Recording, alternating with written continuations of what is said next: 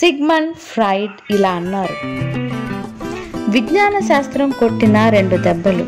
మానవ జాతి అమాయకపు అహంభావం మీద విజ్ఞాన శాస్త్రం 2 పెద్ద దెబ్బలు తీసింది.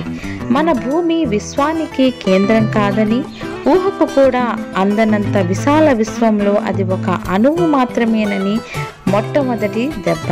మానవుడు ఒక ప్రత్యేక సృష్టి కాదని, జంతు ప్రపంచం నుంచి వచ్చినవాడు మాత్రమేనని చెప్పి జీవశాస్త్రం పరిశోధనలు 2వ దెబ్బ తీశాయి.